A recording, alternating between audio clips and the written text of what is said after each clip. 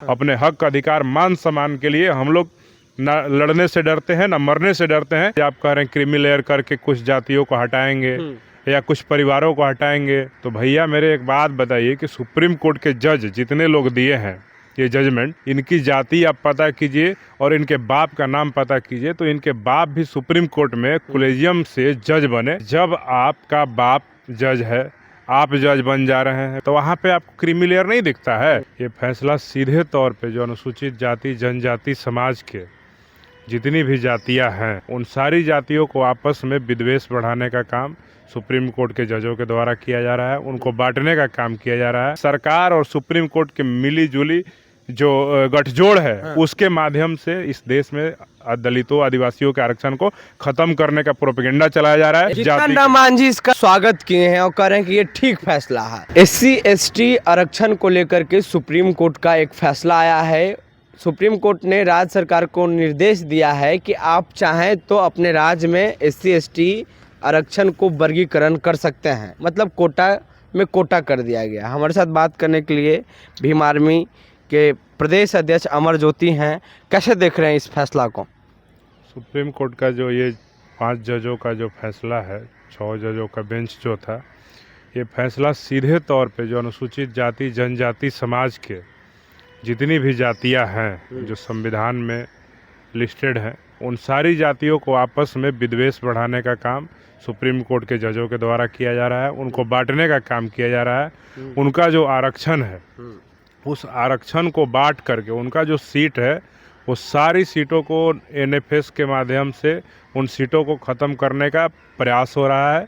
और सीधे तौर पे ये जो फैसला है सुप्रीम कोर्ट का जजों का, ये अनुसूचित जाति और अनुसूचित जनजाति के विरोध में है और ये फैसला कहीं से भी इस समाज को स्वीकार नहीं हो सकता है।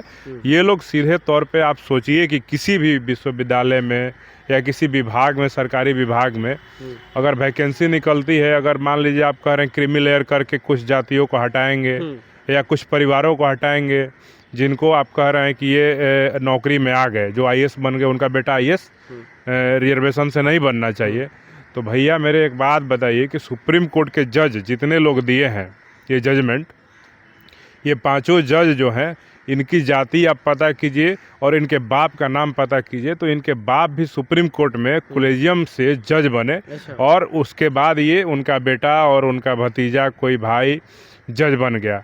तो सीधे तौर पे ये सवाल है कि जब आपका बाप जज है, आप जज बन जा रहे हैं बिना किसी प्रतियोगिता परीक्षा, UPSC की तरह तो परीक्षा होती नहीं है सुप्रीम कोर्ट का जज बनने के लिए, तो जब आप बिना प्रतियोगिता के अपने बाप के, अपने चाचा के, अपने मौसा के, फूफा के, जीजा के, भाई का सहारा लेकर के जज बनते हैं, तो वहाँ पे आपको क्रीमी लेयर नहीं दिखता है। तो क्रीमी लेयर अगर करना ही है, वो वर्गीकरण करना ही है, तो आप अपने सुप्रीम कोर्ट से शुरुआत कीजिए। सेंट्रल सेक्रेटेरिएट में, IITs में, IIM में, NIT में, सेंट्रल मिनिस्ट्री के जितने सेक्रेटरी हैं, आप उनका एक लिस्ट उठा करके देखिए ना। पूरे हिंदुस्तान का, पूरे भारत का मैं बात करता हूँ, पूरे भारत में कोई एक मुसहर, कोई भंगी, आप एक DM पदाधिकारी नहीं बता सकते हैं कि जो उस जाति मान जी इसका स्वागत किए हैं और कह रहे हैं कि ये ठीक फैसला है। मांझी जी से हम कहना चाहते हैं कि सबसे पहले वर्गीकरण की बात है ना, तो वर्गीकरण आप अपने घर से आप भी शुरुआत कर दीजिए। आप केंद्र सरकार में मंत्री बन गए, बिहार सरकार में आपके बेटा मंत्री बन गए, तो ऐसा करिए कि पहले आप मंत्री हैं, आप रहिए। बड़ा आदर करते हैं हम लोग आपका, बहुत सम्मान करते हैं, आप मंत्री रहिए। आपका जो बेटा बिहार सरकार में मंत्री है उनको उस मंत्री पद से हटाइए, उनके बदले में किसी और, जिस जाति से आप आते हैं, जिसके लिए आप कह रहे हैं कि बहुत अच्छा फैसला है, उस जाति के किसी दूसरे व्यक्ति को MLC बनवाइए अपने बेटा के जगह पे और उसको बिहार सरकार में मंत्री बनवाइए। तब हम मानेंगे कि आप सच में जो सुप्रीम कोर्ट का जजमेंट है उसके पक्ष में हो और उन सारी चीज़ों को जमीन पे और समाज में उतारना चाहते हैं। तो जितना मांझी आखिर इस तरह का बयान क्यों दे रहे हैं? क्योंकि वो तो एक दलित नेता है। देखिए, दलित नेता है, उनका बयान जो भी है, लेकिन हमको लगता है कि अभी वो पूरा जजमेंट को पढ़े नहीं है, उस न्यूज़ को समझे नहीं है। अगर वो समझ गए होते तो इस तरह का बयान नहीं देते। उनको समझना चाहिए कि जिस मुसहर समाज से वो आते हैं उस मुसहर समाज को किसी ने पढ़ाई लिखाई करने से रोका? किसी चमार ने, किसी दुसाद ने, किसी पासी ने, किसी धोबी ने तो पढ़ाई करने से नहीं रोका। सबको शिक्षा लेने का अधिकार है, सबको नौकरी लेने का अधिकार है। अगर आप स्कूल नहीं जाएंगे तो मांझी जी आप बिहार सरकार के मंत्री कितने वर्षों तक रहे और उसके बाद आप बिहार के मुख्यमंत्री तक रहे। तो जब आप मुख्यमंत्री बने तो आपको चाहिए था कि बिहार में जितने भी मुसहर समाज के, नट समाज के, भुइयाँ समाज के और तमाम जो निम्न वर्ग में जो जिन चार जातियों को आप अलग करना चाह रहे हैं, इन कह रहे हैं कि इन चार जातियों के लोगों को ही लाभ मिलता है, उनके बदले हमारे लोगों को मिलना चाहिए। तो जो और 18 दलितों की जातियां हैं उन सारी जाति के लोगों के लिए आपने कितना शिक्षा का व्यवस्था कराया? आज भी जिस समाज से आप आते हैं उस समाज के लोग, आप जिस जिले से हैं, जहाँ से सांसद हैं, उस जिले के लोग, उनका हाथ दिया जा रहा है जाति के नाम पे। उनका घर नहीं है रहने के लिए, वो 5 फीट सरकारी जमीन में अपना सुअर रखने के लिए, जानवर रखने के लिए झोपड़ी बना रहे, तो उनका हाथ दिया जा रहा है, उनकी कर दी जा रही है। और आप उनके रिजर्वेशन की बात कर रहे हैं, उनको तो रहने को घर नहीं है।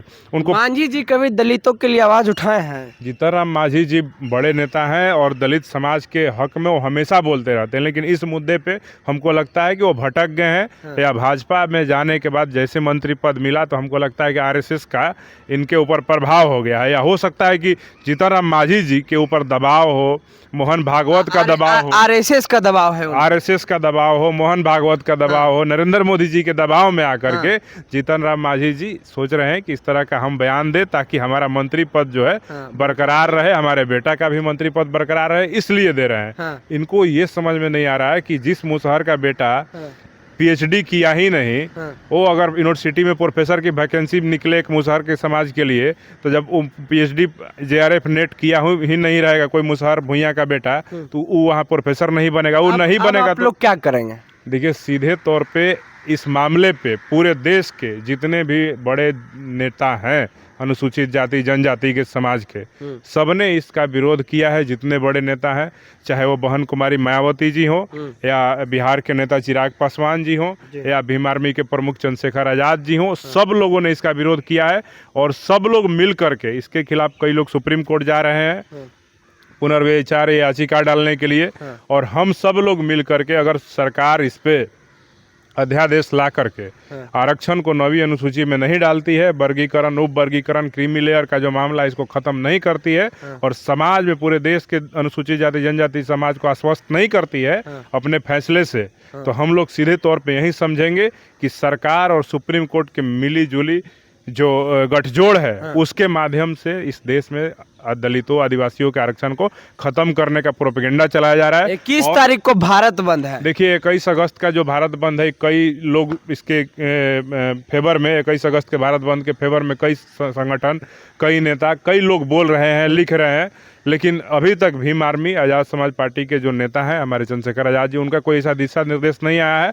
लेकिन अगर समाज मजबूती के साथ 21 अगस्त की तैयारी में अगर जरूरत पड़ी, अभी 15 दिन समय है, 15 दिन में अगर केंद्र की सरकार, सुप्रीम कोर्ट इस पे पुनर्विचार नहीं करती है, केंद्र की सरकार अध्यादेश संसद भवन में ला करके इस पे आरक्षण को 9वीं अनुसूची में नहीं डालती है, तो निश्चित तौर पे 2 अप्रैल 2018 से बड़ा भारत बंद इस बार बुलाया जाएगा, और उसमें सारे लोग मजबूती के साथ खड़े होकर के इस भारत बंद को सफल बनाएंगे। अपने हक, अधिकार, मान सम्मान के लिए हम लोग न लड़ने से डरते हैं, न मरने से डरते हैं। आखिरी दम तक अपने हक, मान सम्मान की लड़ाई के लिए हम लोग मजबूती से खड़े होकर। चंद्रशेखर आजाद जी नहीं 21 तारीख को भारत बंद का समर्थन किए हैं अभी तक?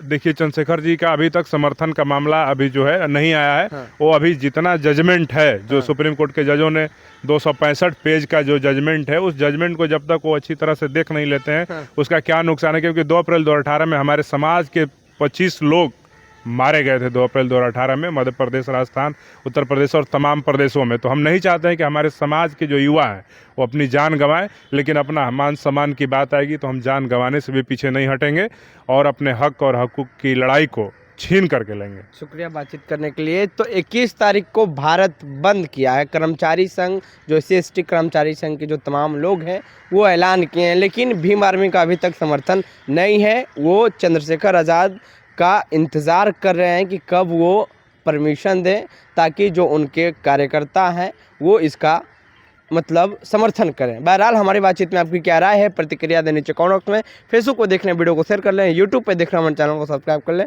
बहुत बहुत धन्यवाद।